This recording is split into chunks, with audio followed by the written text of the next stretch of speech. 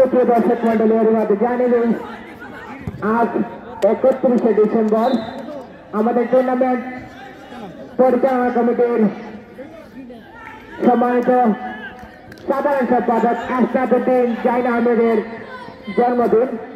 Tournament পরিচালনা কমিটির পক্ষ থেকে টুর্নামেন্ট পরিচালনা কমিটির সম্মানিত সেক্রেটারি আসনাদউদ্দিনের জন্য রইল শুভকামনা এবং টুর্নামেন্ট পরিচালনা কমিটির আরেক সদস্য জুবাইর আহমেদ সৌরভের জন্মদিন।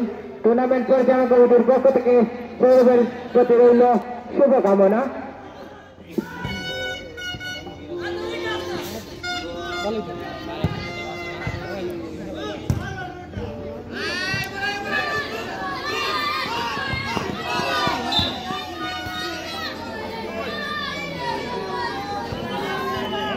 ভালো তো কে বেশি ভিডিও গেছা লাগে না